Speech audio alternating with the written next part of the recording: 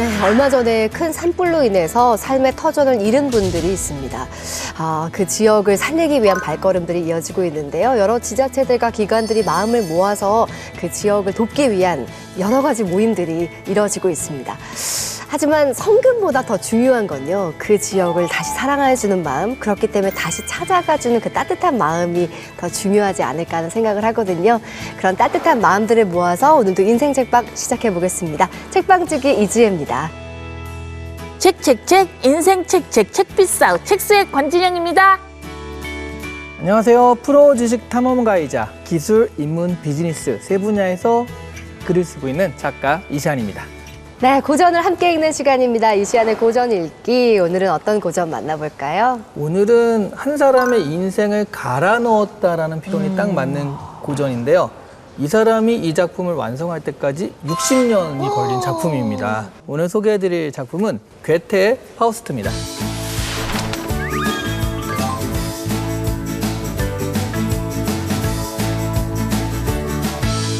근데요, 60년이면 정말 거의 평생을 쓴 거잖아요. 이 한 작품을 위해서 그 평생을 바쳤다는 게 너무 놀라운데요. 20대 초반에 파우스트를 처음 구상을 하게 되고요. 네. 1부, 2부인데 1부가 59세 발표를 합니다. 그리고 파우스트 2부는 83세에 완성을 해요. 그래서 이 기간이 한 60세 정도 되는 거죠. 네네. 무슨 얘기를 할 때 와, 정말 간절히 원하는 게 있잖아요. 네. 이럴 때 어떤 표현을 쓰냐 하면 악마에게 영혼이라도 팔겠다. 그런 표현을 쓰죠. 네. 이제 여기서 나온 거죠. 파우스트에서. 그렇죠. 예. 저 연극으로 봤어요. 그 배우 박혜수 씨 있잖아요. 저도 봤어요. 네, 제가 박혜수 씨가 제 선배거든요. 대학교 선배에서. 혜수 선배 나 오늘 그거 보러 갈 거 했더니 그거 진짜 어려운 작품이야. 그래서 아니 어려운 것도 나 다 볼 수 있어. 진짜 어렵다니까. 그래서 그랬던 기억이 나는데 이 작품이 희곡 작품 맞죠? 맞습니다. 이 대사 형식으로 이루어진 작품이고요. 네네네. 이게 작품의 양이 좀 굉장히 많아요. 이거를 독일학 교수가 학생들과 같이 그냥 읽어서 얼마나 걸리나를 실험을 해봤더니요. 23시간 정도가 걸렸다고 합니다. 와, 23시간이면 거의 연극이 아니라 마라톤 아닌가요? 하루 종일인 건데. 그렇게 방대한 내용이 어떻게 구성이 되어 있는지 너무 궁금한데요.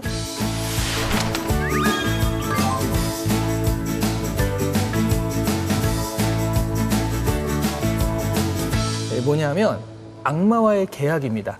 처음에는 신과 악마의 내기입니다. 내기. 그래서 어떤 얘기를 하냐면 신 앞에서 악마 메피스토텔레스가 인간이 얼마나 나약한 존재인지 증명을 하겠다. 그랬더니 신이 그래 봐라. 저 사람을 그럼 한번 꼬셔봐라. 이런 식으로. 그래서 파우스트가 지목이 된 데서 시작을 하죠. 네. 그래서 이 파우스트는 철학, 의학이라든가 신학까지 섭렵한 학자입니다. 지혜에 대한 어떤 추구를 하는데 한계를 만나서 그 자살을 생각하는 사람이에요. 더 살아서 뭐해 이렇게. 그 앞에 악마 메피스토텔레스가 나타납니다. 이 사람 앞에 찾아가서 뭐라고 하냐면 젊음을 주겠다. 이 순간이여 멈추어라. 너는 너무도 아름답구나. 라는 말을 할 만큼 행복한 순간이 찾아오면 그의 영혼을 그때 메피스토텔레스에 가져가기로 계약을 하면서 그래서 이 내용이 시작이 되는 거예요.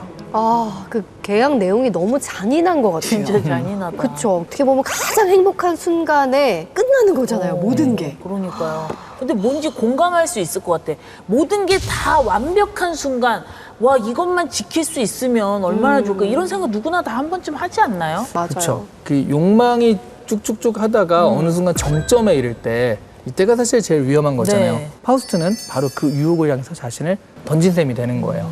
그럼 일단 계약을 했으니까 악마 입장에서는 그 네. 영혼을 빨리 쟁취하기 위해서 막 온갖 유혹을 할 것 같거든요. 유혹의 내용도 궁금한데요.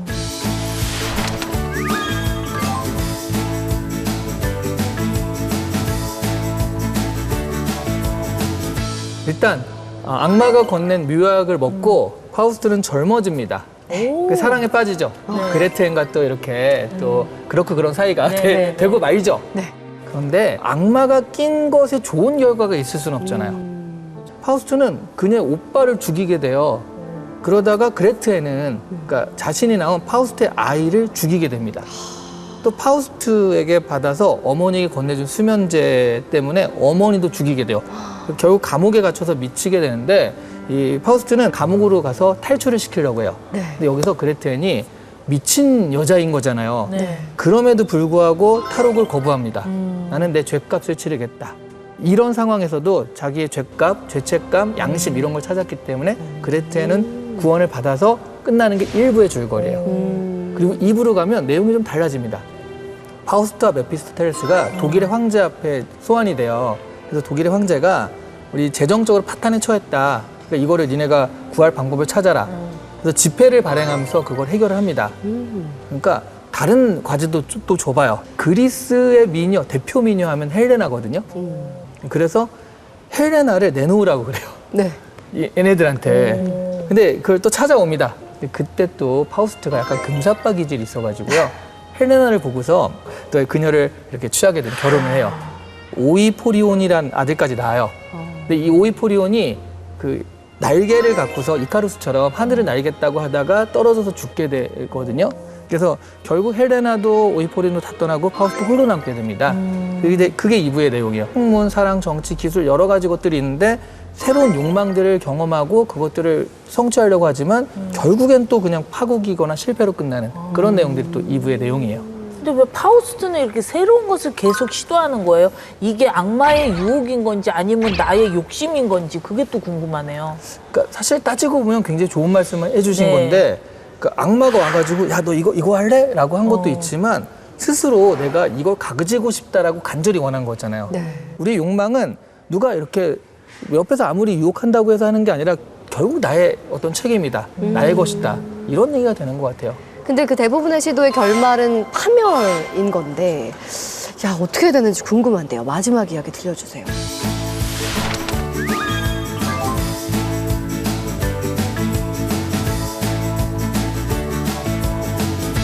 마지막에는 파우스트가 원했던 건 뭐냐면 간척 사업을 통해서 이상적인 공동체를 세우려고 합니다. 근데 이것도 하다 보니까 거기에 노부부가 살고 있었는데 그 노부부가 쫓아내고 이걸 읽어야 되는데 쫓겨나질 않아요. 결국 악마 메피스토텔레스한테 이 노부부 어떻게 해달라. 네. 그러니까 이 노부부가 불을 질러서 노부부를 죽게 만들어요. 어떡해. 그러니까 이 파우스트도 이건 아니다 싶어가지고 죄책감이 찾아옵니다. 그 죄책감 때문에 나중에는 눈까지 멀게 돼요. 예, 그래서 그 어둠 속에서 자신이 꿈꾸던 이상향을 어둠 속에서 보면서 상상하면서 외친 거죠. 머물러라. 너는 정말 아름답구나. 이게 계약의 조건이잖아요. 이렇게 되면 이제 회수할 수 있다. 영혼을 가져갈 수 네. 있다. 이렇게 악마의 계약이 이행이 됩니다. 근데 이게 재밌는 게요. 네. 100세가 돼서 파우스트가 죽게 되거든요. 네. 근데 메피스토텔레스가 이 영혼을 가져가려고 하는데 갑자기 인터셉트를 당합니다. 누구한테요? 네, 그 하늘에서 천사의 무리가 딱 내려와가지고 파우스트의 영혼을 데려가요.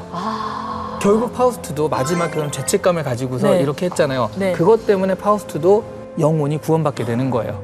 아니 지금 파우스트가 희생시킨 인물이 몇 명인데 지금 이렇게 구원이 된다고 이건 좀 공감할 수가 없는 내용이네요. 근데 이게 무슨 악마와의 계약이냐 뭐 이런. 맞아. 이건 좀 아니지 않나 하는 논란이 있었는데 결국 게테가 말하고 싶었던 건 완벽한 행동을 하는 인간이 구원받는 게 아니라 이런 식으로 망가지고 후회하면서도 거기서 발전하는 인간이 구원받는 것이다. 이런 얘기를 또 하고 싶었던 것이 아닐까. 그런 생각이 드는 그 결말인 거죠. 자, 파우스트, 악마와의 계약이라는 우리 삶엔 없을 것 같은 이야기로 시작을 하지만 얼핏 보면 우리가 늘 유혹 속에 살잖아요. 맞아요. 얼마나 많이 삶 속에서 흔들리고 있는지, 그럼에도 불구하고 계속해서 삶을 향해 어떻게 나아가고 있는지에 대해서 우리 삶에 대해서 다시 한번 돌아보게 하는 작품이었다는 생각을 합니다. 자, 오늘 고전 읽기는요, 괴테의 파우스트 만나봤습니다.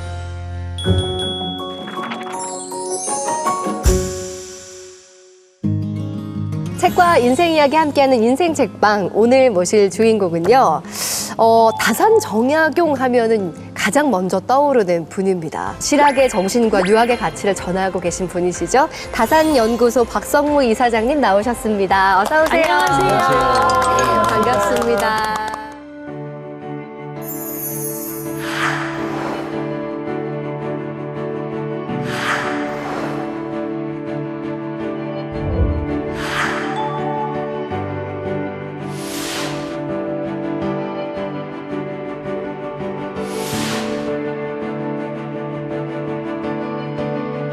아무리 훌륭한 생각을 갖고 아무리 훌륭한 논리를 가졌다 하더라도 그 실천을 옮기지 않으면 아무 소용이 없다.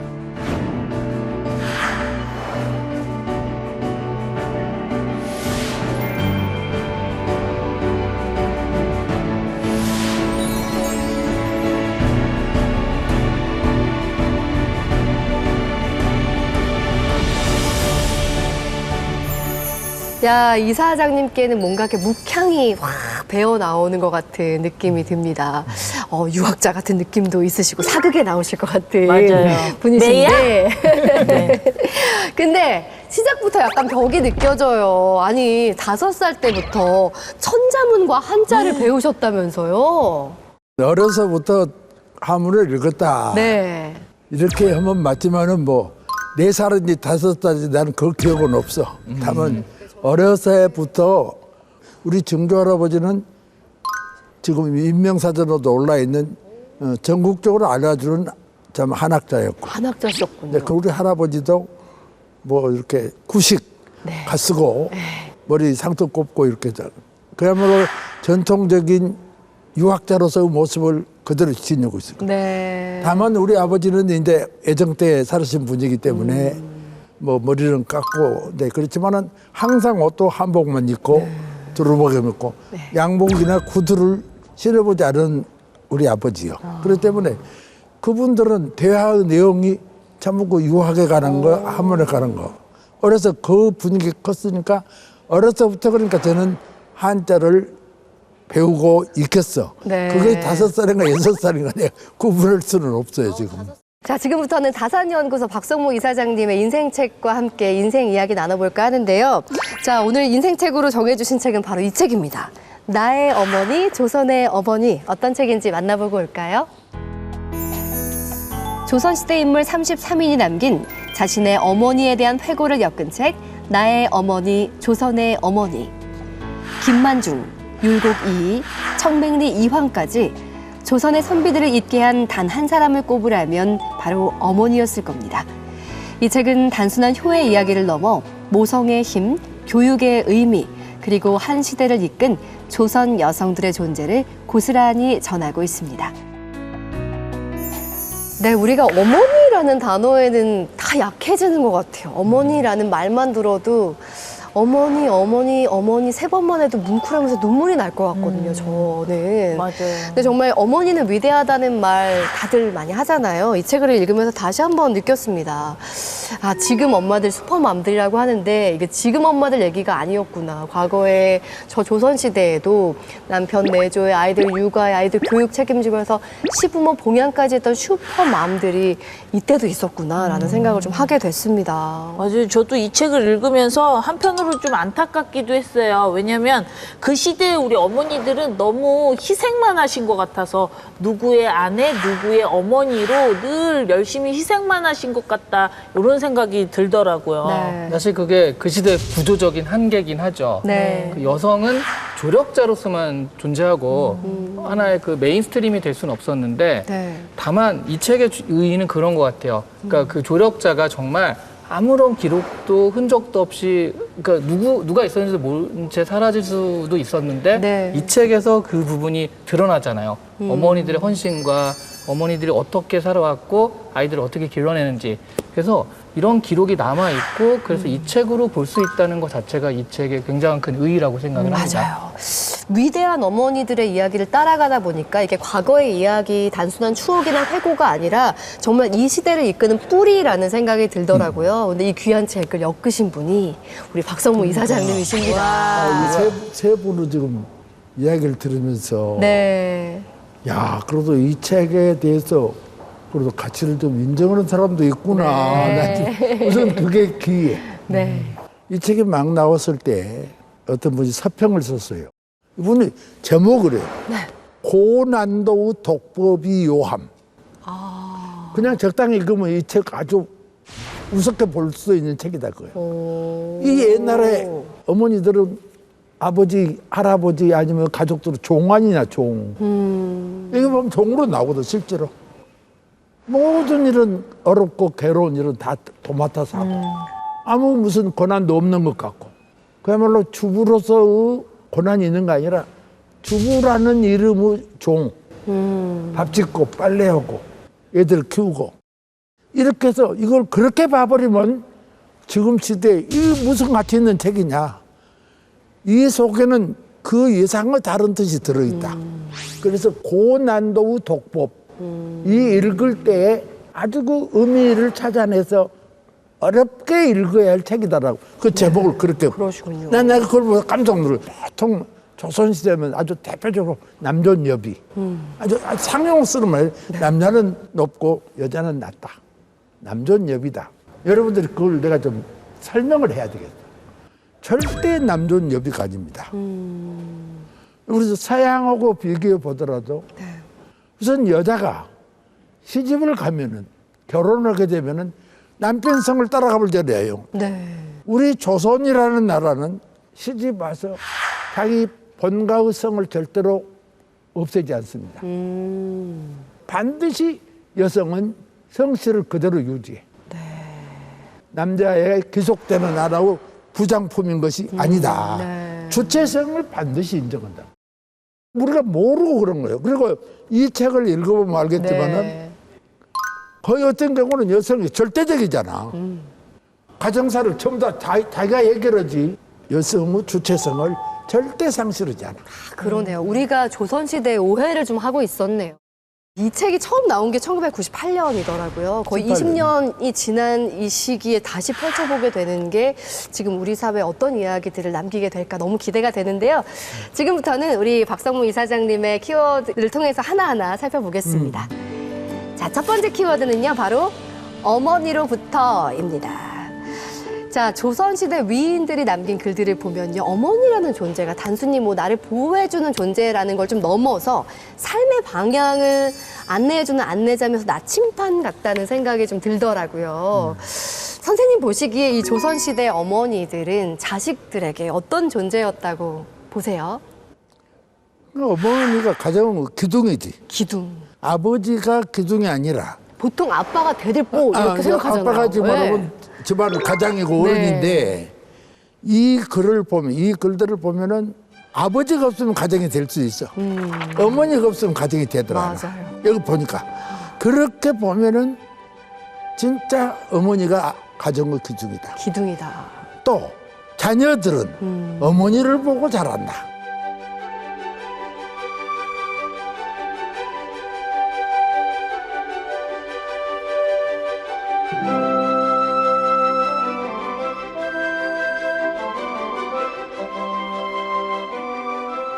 훌륭한 어머니에야만 훌륭한 자식이 나올 수 있다는 것이 네. 이 책을 보면 증명이 된다고. 맞아요. 아니 예를 들면은 네. 서포 김만중 어머니가 해평윤 씨잖아요. 조선시대에 평가가 이미 나 있는 거예요. 서포 김만중이 조선의 대표적인 문장 한 사람이면은 해평윤 씨 그 행장 어머니 해평윤 씨 행장이라는 게 조선을 대표하는 문장 하나예요. 이 글이 그렇게 소문이 난 글이에요. 네.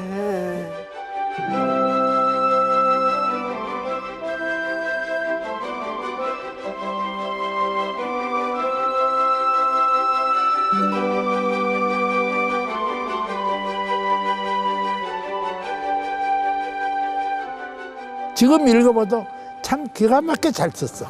어머니 그런데 이 양반이 서포가 뱃속에 있을 때 유복자야. 형이 5살 먹었어. 김만기, 김만중. 네.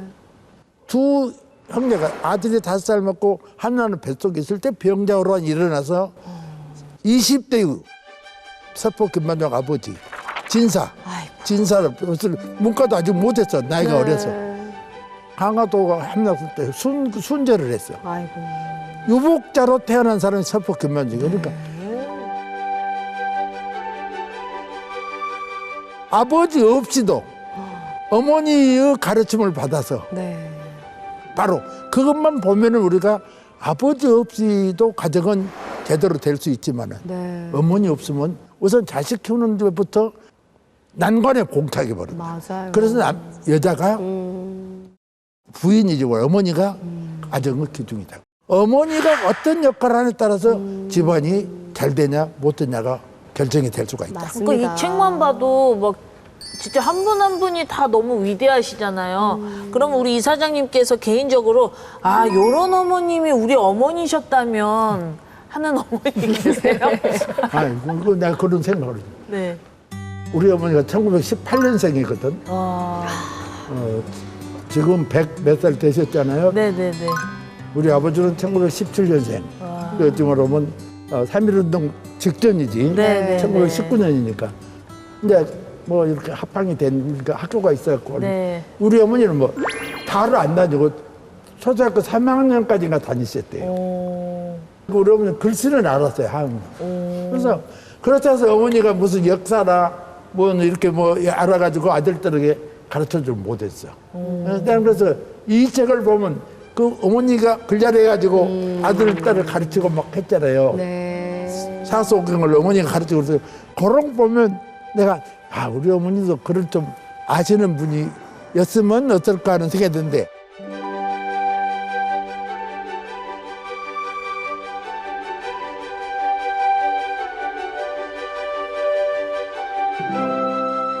내가 여기 서문도 썼지만은 네. 글을 좀 아는 분야라고 해서 꼭 또 훌륭한 어머니는 아니야. 맞아요.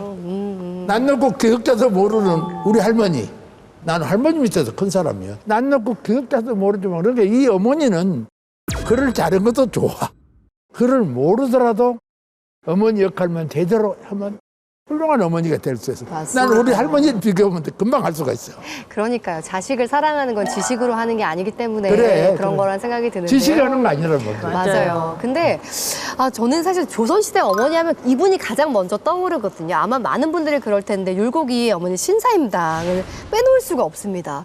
사실 신사임당 하면은 뭐 우리가 율곡이를 떠올리지만 너무 재밌었던 게 율곡의 동생도 못지않게 훌륭한 인재였더라고요. 시도 잘 짓고 네. 뭐 글씨도 잘 쓰고 뭐 검은고도 잘 타고 뭐 그분은 또 서울도 안 타고 또 경상도가 살으셨더라고. 그래서 그 아주 유명한 이우하고 유명한 분입니다. 네. 그러니까 그건 참 어머니가 아마 뭐 그건 이제 그 신사임당 정도야. 뭐 세계적인 분이니까 네. 그 탁월한 분이고 그러니까 그렇죠. 뭐 그런 분을 갖고 예로 삼을 수는 없어. 그건 이제 너무너무 훌륭한 분이니까. 맞아요. 근데 진짜 저는 엄마가 약간 집안의 태양 같다는 느낌이거든요. 왜냐면 엄마가 아프면 온 집안이 어두워져요. 아, 그래. 바로 엄마의 그거예요. 존재가 태양으로부터 우리가 영양분도 흡수하고 밝아지잖아요. 아주 옳은 말씀이에요. 네, 그런 영향이 있다 아버지가 아프면 생각하는데 좀 뭐 걱정은 돼도 덜 걱정인데 아빠한테 미안하지만 엄마가 아파버리면 누가 밥해주냐.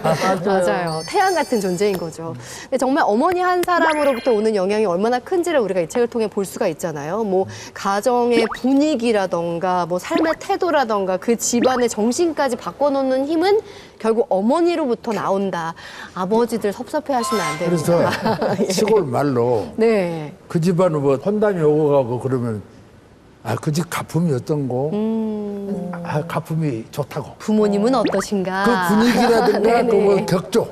그 가정의 격조가 이게 가품이거든. 네. 그러니까 그건 누가 만드냐? 어머니가 만들어. 어머니가 꼬약하고 어머니가 안 좋다면 그 가품을 좋다 할 수가 없는 거예요. 그러게요. 근데 제가 궁금한 게 있는데 우리 이사장님은 너무 반듯한 이미지시잖아요.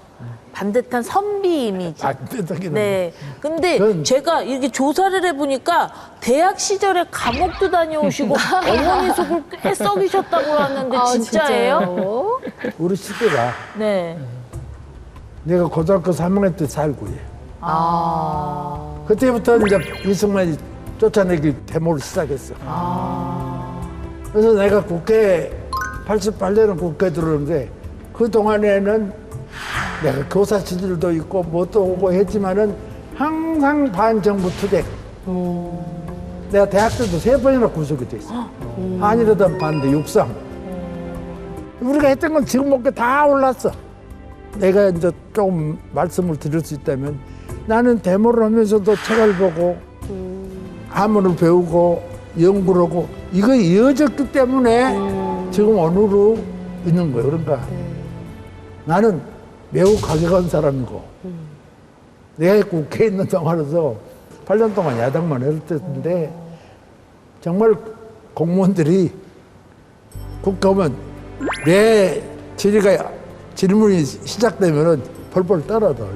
나는 불의와 잘못된 것에 나는 용서를 하지 않으니까. 그런데 그런 것들이 우리 또 가정하고 연계가 있어. 어머니가 약간 어머니 그런- 보면 이제 그것은 우리 할아버지, 우리 증조 할아버지가 유명한 면함 최익현 선생, 네. 의병장 한 말이 면함 최익현 선생하고 직계 제자예요. 우리 증조 할아버지가. 우리 증조 할아버지도 의병에도 관여하셨어요. 예. 요새 대모는 대목군이라는 게 옛날은 의병이거든. 네. 그렇잖아요. 의병이잖아요. 네. 잘못하면 그 고치라고 그렇죠. 하고, 잘못하면 바꾸라고 하고, 네. 잘못하면 물러가라고 하고. 그거 옛날은 의병이거든. 보통 어머니들이 절대로 그런 일을 하면 안 돼. 야, 이렇게 강력하게 막으면 사실 못 올 수 있어요. 내 친구들도 같이 하다가 아직 우리 단식을 한다고. 우리 둘은 절대로 마지막까지 우리는 버티자. 그런데 지금 어머니가 이거 아가서 울고불고 가버렸어. 예를 들면 근데 우리 어머니는 그러더나. 우리 어머니는 뭐 내가 감옥에 갔다 나와도 잘라던 말은 난 잘라던 고생했지야. 딱 한마디야. 고생했지야. 감옥에서 나오면 고생했지야. 그러니까 잘한 거 잘했다고도 않고 못했다고도 않고 뭐 너 알아서 하겠지. 너 알아서 하지. 내가 그걸 잘했다 못했다 할 나는 그걸 본인이 아시는 것 같아요. 아들에 대한 믿음과 어머니의 암묵적인 응원, 은요. 그런 것 동조. 같아요. 예. 일체 그 잘했다 못했다를 말씀하셨어요. 그러셨군요. 남들이 볼 때는 좀 엄마가 막 좀 붙들고 못 오게 하고 해야 되는데 네. 그러지 않는다는데 아마 저것이 나쁜 일은 아닌데 못 오게 할 수는 없는 믿음이 있으신 마이냐. 거죠. 그건 네, 우리 네. 어머니가 알으셨던 거예요. 맞아요. 그렇게 감옥에서 고생하시면서 다산도 만나신 거니까 지금의 이사장님을 만든 건 그런 어머니의 응원 덕분이 아닐까 하는 난 생각을 합니다. 어머니 얘기가 많죠. 네. 어머니는 또 그러고 뭐 누가 뭐 거짓말을 한다든가 좀 이렇게 상식에서 벗어난 일을 보면 절대 못 참으셔. 막 화를 내고 그러셔. 비슷하시네요. 네. 좀 그런 성격이겠지. 네네네. 맞습니다. 자, 두 번째 키워드를 통해서 함께 박성무 이사장님의 책과 인생 이야기 나눠보겠습니다. 자, 두 번째 키워드는 조선의 어머니, 이름 없는 주인공입니다. 조선시대의 위대한 인물 뒤에는 늘 어머니라는 큰 산이 있죠. 그런데 정작 그분들의 이름은 잘 드러나지를 않는 것 같아요. 이 책에서도요, 목차를 쭉 보면 무슨 윤씨, 신씨 뭐 이렇게 표현이 되고 있잖아요. 되게 여성은 이름이 네. 없었어. 그러니까 그 시대 어머니들 성씨는 네. 성씨는 반드시 유지하는데 네.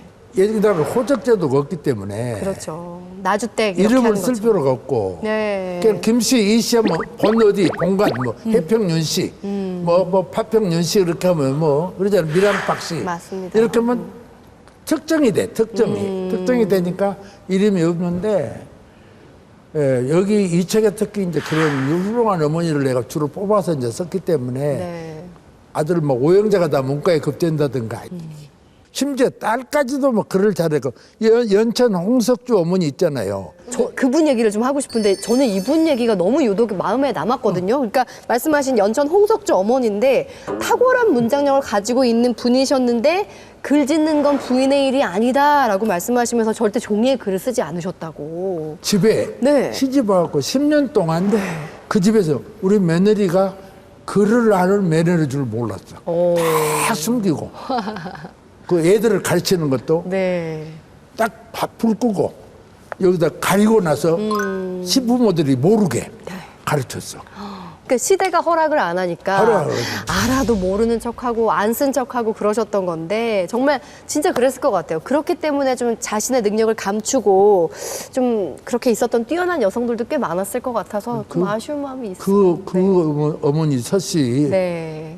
거기서 그 책에 나오지만 나는 제일 그 대목을 나는 여러 가지 이야기도 하고 그러는데 자기 시아버지가 용의정이야. 자기 남편도 성지 벼슬을 하고 홍석주가 문과 장원해갖고 나중에 정선까지 하잖아. 또 둘째 아들이 언제 글자는가 넌 시험만 보면 또 합격이야. 야 네가 할아버지 그러지 네가 아버지 그러지 네가 장형이 그렇게 잘 되는데 너까지 하면 우리 집은 넘친다. 넘치면 흐른다. 너는 좀 나는 각오 안 벗으면 좋겠다. 이런 어머니가 있어. 그래서 홍길주라는 사람은 끝내 가고 안 보고 음직으로 네. 가고 안 보고도 배설하잖아. 나는 그 서씨 부인의 그 지혜, 그게 그 가정을 일으키는, 가정에 대접받을 수 있는 집안을 만든 거야.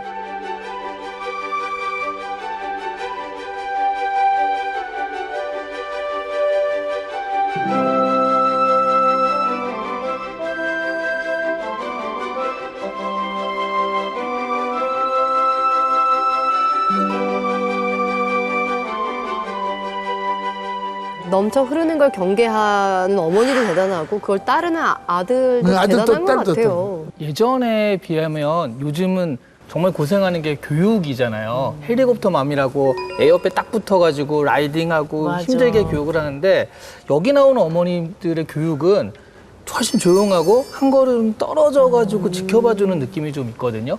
그 이사장님이 보시기에는 그 조선 어머니들의 교육 철학이나 가치 이런 건 네. 어떻다고 보세요? 나는 내가 이 서문에도 썼지만은 이 어머니를 읽어보면 나는 이제 우리 할머니가 딱 떠오르는 거예요. 우리 할머니는 조선시대 양반이에요. 해방으로 사라졌지만 네. 의식구조나 그렇죠. 그런 시부모 모시고 시동기간 전부 다 키우고 그래서 했는데 이 부인들을 내가 좀 아쉬운 게 이 다 고관대자가 어머니예요. 또 신분이 매우 높은 어머니들이에요. 자기 친정 신분이 아버지 친정 뭐 형제간조차도 그러고 여기 내가 서문을 썼잖아요.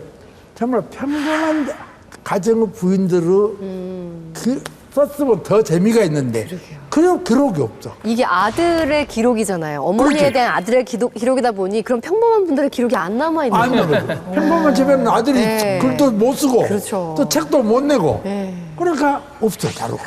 그게 정말 말하는 게 진짜 평범한 어머니들의 삶이 어땠을까를 네. 좀 들어가면 이 책이 더 기분이 좋은데 더 가치가 있고 그런데 자료가 없으니까 뭐 내가 만들어서 쓸 수는 없는 거고. 네. 그래서 명문 집안의 부인들만을 모아놓은 것이 좀 아쉬워. 아쉬운데 네. 방법이 없어. 근데 그러나 우리는 또 이 속에서 또 그 네. 명문가 후예들은 어떻게 하는가. 이 사람들 어떻게 보면 사회 주인공이었으니까. 그렇죠. 네, 그래서 또 그런 대로 또 의미가 있다 이렇게 보는 거지. 너무 지금 바쁘게 사셔가지고 제가 좀 쉬실 수 있는 코너를 준비했습니다. 야심차게 준비했습니다. 짜잔! 우리 박성무 이사장님의 내가 생각하는 조선 최고의 인물 베스트 3를 뽑아달라고 했습니다. 단 이 다산 정약용 선생님은 빼고요. 네. 나는 지금 다산이라는 분이 이 조선 500년의 최고 학자고 최고 인물로 여겨서는데 그분은 영순이로 하고. 영순이. 네. 베스트 3부터 보도록 하겠습니다. 3위 두구두구두구두구두구두구두구 정봉준 장군. 네, 마지막은 오. 네. 조선 500년에 나는 그렇게 보죠. 이 어떻게 보면 민본 사상. 네.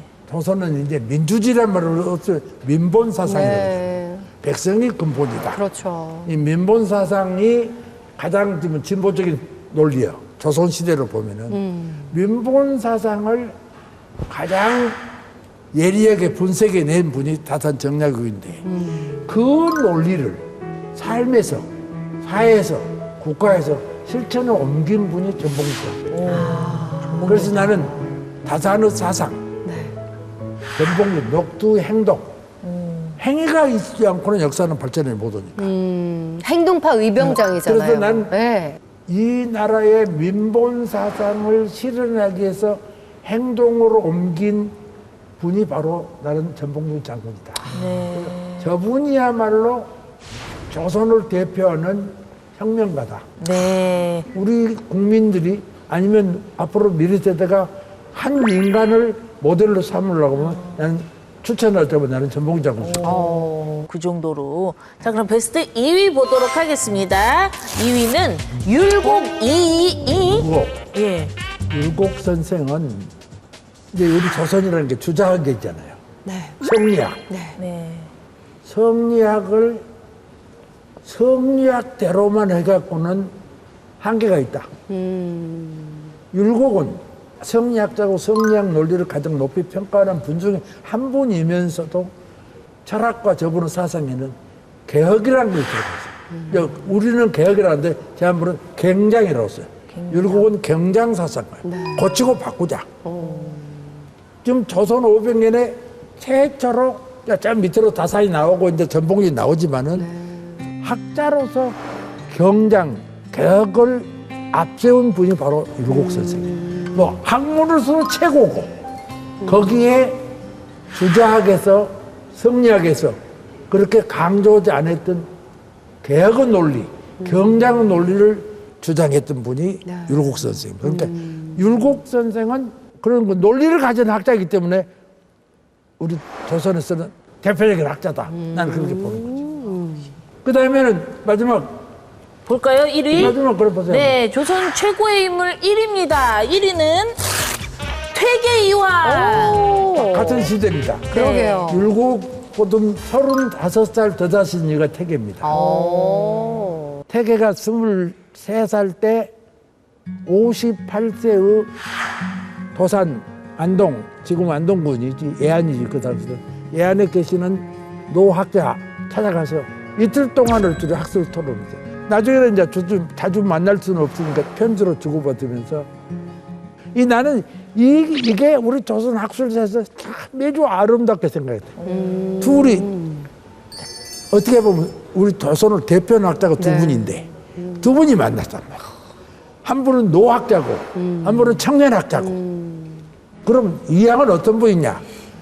조선 500년에 주자학, 성리학의 논리를 가장 보편적으로 우리 국민에게 알려준 사람이 이 양입니다. 거기에다가 개혁을 붙인 양반이 율곡이고 더 내려오면 완전히 바깥쪽에 한 사람이 이제 정약용 선생이고 그걸 이제 행동으로 옮긴 사람이 전봉준.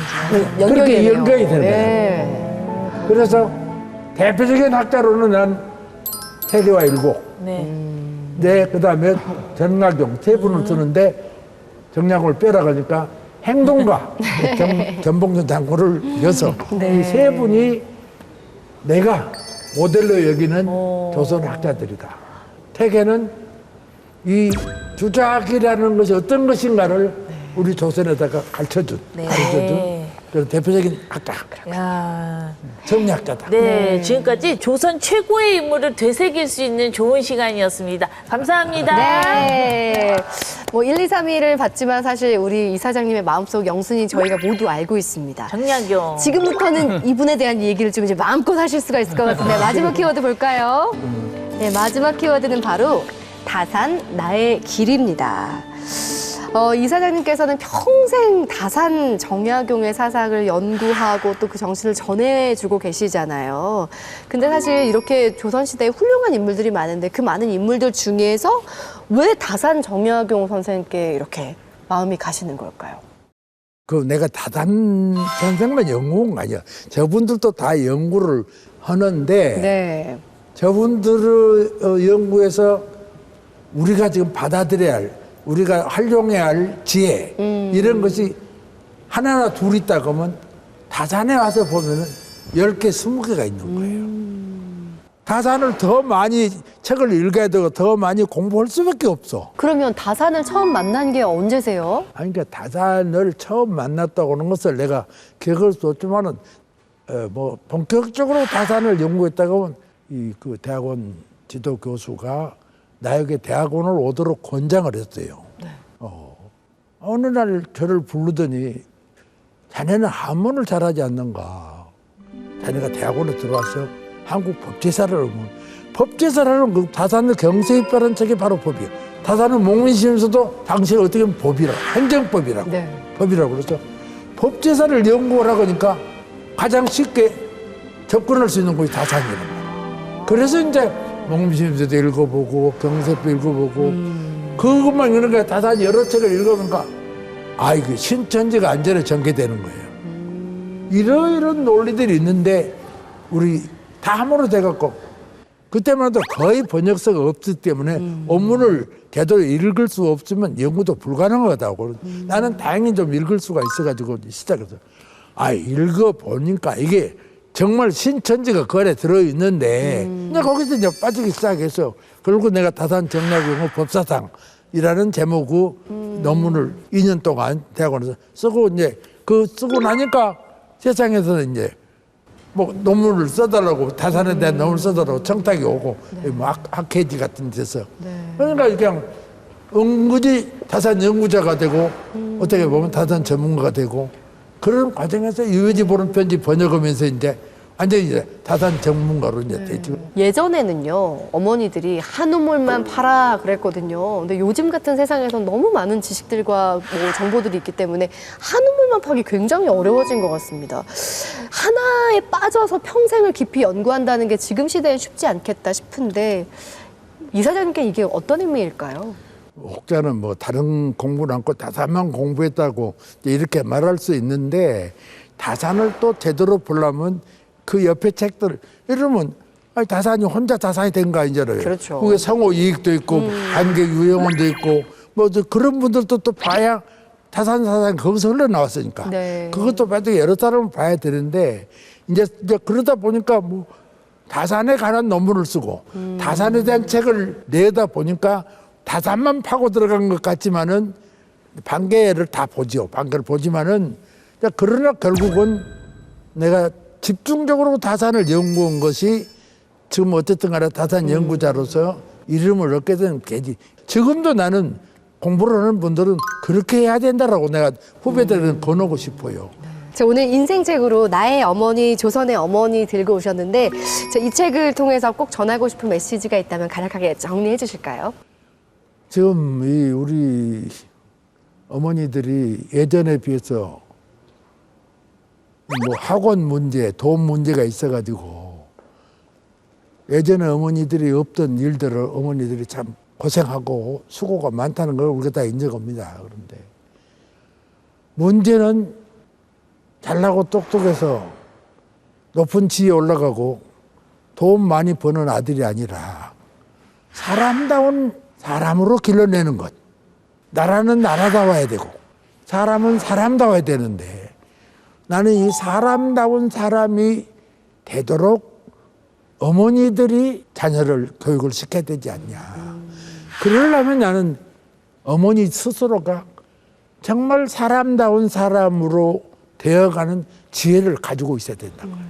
그래서 나는 그래서 오늘 어머니들이 자 그러기 위해서 이 책을 썼고 정말 이런 어머니는 어떻게 자녀를 키웠고 어떻게 가정을 이끌었고 어떻게 남편과 시부모를 어떻게 봉양했는가에 대해서 한번 좀 알아보면 어떨까.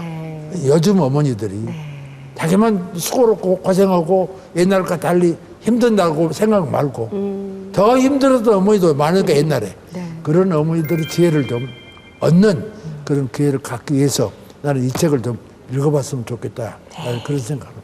알겠습니다. 준영 씨 오늘 이사장님 만나본 소감 어떠셨어요? 우리 이사장님은 정말 보이지 않는 훈장님 같으신 지금 보이시죠? CG로 이렇게 작업해 주실 건데 오른손에 회초리를 들고 계세요. 아니 진작에 이런 선생님을 만났으면 역사 공부를 좀 열심히 했을 텐데 라는 생각이 드네요. 앞으로 우리 역사의 훌륭한 길라잡이 선생님이 되어주시기 바라겠습니다. 감사합니다. 이시안 작가님 간단한 추천평 부탁드립니다. 이 전 세계 반은 남성, 반은 여성이란 말이 굉장히 그냥 사실이잖아요. 네. 근데 역사책이라든가 옛날 책들을 보면 그게 좀 느껴지지 않을 때가 많아요. 역사 기록은 거의 남성만 되어 있어서. 근데 이 책 같은 경우에는 그 역사에 분명히 여성도 있었고 여성의 역할도 있었다라는 것들이 공식적인 기록으로 남아 있는 거거든요. 그래서 이 책은 그런 기록이 있다라는 걸 증명해주는 그런 가치만으로도 굉장히 좀 우리가 좀 계속 보존하고 가져가야 할 책이다 이런 생각이 좀 드네요. 네. 이사장님 마지막으로 시청자 여러분께 한 말씀 해주세요. 효제하고 독서해라. 나는 이 다산의 말씀을 우리 독자들, 우리 시청자들에게 말해요. 제발 지금부터 나도 다 하는 건 아닙니다. 저도 못하지만은 말씀을 드릴 수가 있어요. 정말 효도하고 의하는 가정이 돼야 된다. 그 다음에 책을 읽어야 된다. 나는 오늘 제 이야기를 들으면서라도 좀 독서하는 책을 읽는 사람이 되다. 이것으로 시청자들에게 말씀드리고 싶습니다. 요즘 엄마들 모임에서 어디 학원이 좋은지 정보와 지식을 나누는데 결국 아이들을 키우는 힘은 어머니의 지혜구나라는 생각을 하게 되었습니다. 오늘 바쁘신 중에 나와주셨는데 너무나 감사드리고요. 앞으로도 이런 조용한 울림으로 시대를 깨워주시고 다산의 정신들 삶으로 계속 보여주시기 바랍니다. 네, 지금까지 박성무 이사장님과 함께했습니다. 고맙습니다. 감사합니다. 감사합니다.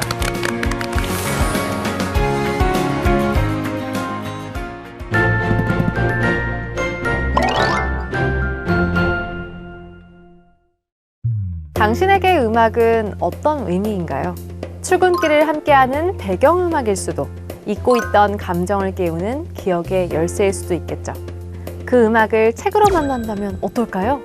악보 대신 문장으로, 리듬 대신 이야기로 감정과 기억을 노래하는 책들이 여기 있습니다. 국회도서관이 추천하는 화제의 도서도 기대해 주시고요. 오늘은 귀로 읽는 책, 마음이 먼저 흥얼거리는 이야기를 함께 들어볼까요? 조성진, 임윤찬, 이름은 들어봤는데 클래식은 여전히 어렵게 느껴지지 않나요? 클래식 왜 안 좋아하세요는 바로 그 물음에서 출발한 책입니다. 왜 안 좋아할까가 아니라 어떻게 하면 좋아할까에 대한 해답을 찾아가죠. 예를 들어 파가니니의 등장 장면은 이렇게 묘사되는데요. 구부정한 자세, 매부리 코, 헝클어진 머리, 바이올린을 어정쩡하게 들고 있는 모습. 그를 마주한 사람들은 제대로 연주할 수 있을까? 의심하지만 활을 켜는 순간 모두가 웅성거리죠. 악마에게 영혼을 팔고 얻은 실력이래. 사실 악마가 연주하고 있는 거래. 그의 무대는 그만큼 압도적이고 충격적이었습니다. 이번에는 다른 음악가 라흐마니노프를 살펴볼까요? 초연의 실패로 깊은 우울에 빠져 3년간 단 한 음도 쓰지 못했다고 합니다. 하지만 한 의사의 최면 치료 덕분에 다시 피아노 앞에 앉게 되었고 그때 완성된 곡이 바로 피아노 협주곡 2번입니다. 이 책은 지금 내 기분과 취향에 맞춘 클래식 플레이리스트까지 제안해 주는데요. 이런 음악이 클래식이었어? 생각보다 재밌네. 책을 읽다 보면 그런 말이 절로 나올지도 모릅니다. 딱딱하고 어렵게만 느껴졌던 클래식이 이번에는 어떻게 느껴지시나요? 클래식 왜 안 좋아하세요는 음악과 당신 사이의 거리를 좁혀줄 것입니다. 지하철에서 흘러나오는 익숙한 멜로디. 혹시 그게 국악이었다는 사실 알고 계셨나요?